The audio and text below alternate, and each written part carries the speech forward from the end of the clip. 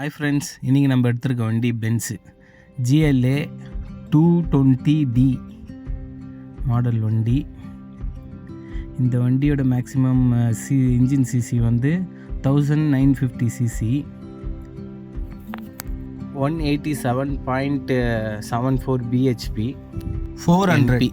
வாங்க இந்த வண்டியோட ஃபெசிலிட்டிலாம் காமிக்கிறேன். இதோட இண்டிகேட்டர் வந்து லெஃப்ட் சைடில் வரும், ஓகேவா? இதோ லெஃப்ட் சைடில் இண்டிகேட்ரு, அப்படியே அதுலேயே வைப்பரோட அட்ஜஸ்ட்மெண்ட்டு, இந்த வைப்பர் ஆன் பண்ணுறது எல்லாமே வந்துடும். ரைட் சைடில் தான் இதுக்கு நம்ம கியர் லிவர் இருக்கும், ஆட்டோமேட்டிக்கு DNR. அப்படியே நடு பட்டன் ஆயிட்டிங்கன்னா பார்க்கிங் ஆகிடும். அப்புறம் டோரில் வந்து சீட் அட்ஜஸ்ட் பண்ணுறது வரும். இந்த சீட்டு பேக்கில் இருக்கிறது வந்து நம்ம காலுக்கு ஏற்ற மாதிரி அட்ஜஸ்ட் பண்ணுறது.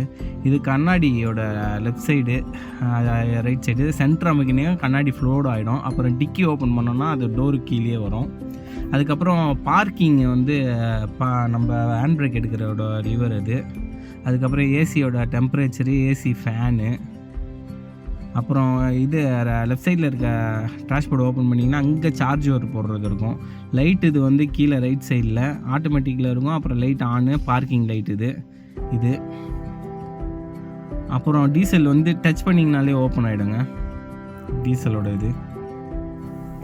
அப்புறம் டிக்கி பார்த்திங்கன்னா ஜஸ்ட் இப்படி ஒரு ப்ரெஸ் பண்ணாலே டிக்கி ஆட்டோமேட்டிக்காக ஓப்பன் ஆகிடும்.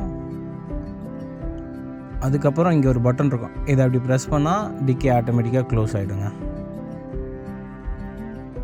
டியூட்டியை ஸ்டார்ட் பண்ணலாமா? மறக்காமல் சப்ஸ்கிரைப் பண்ணிக்கோங்க.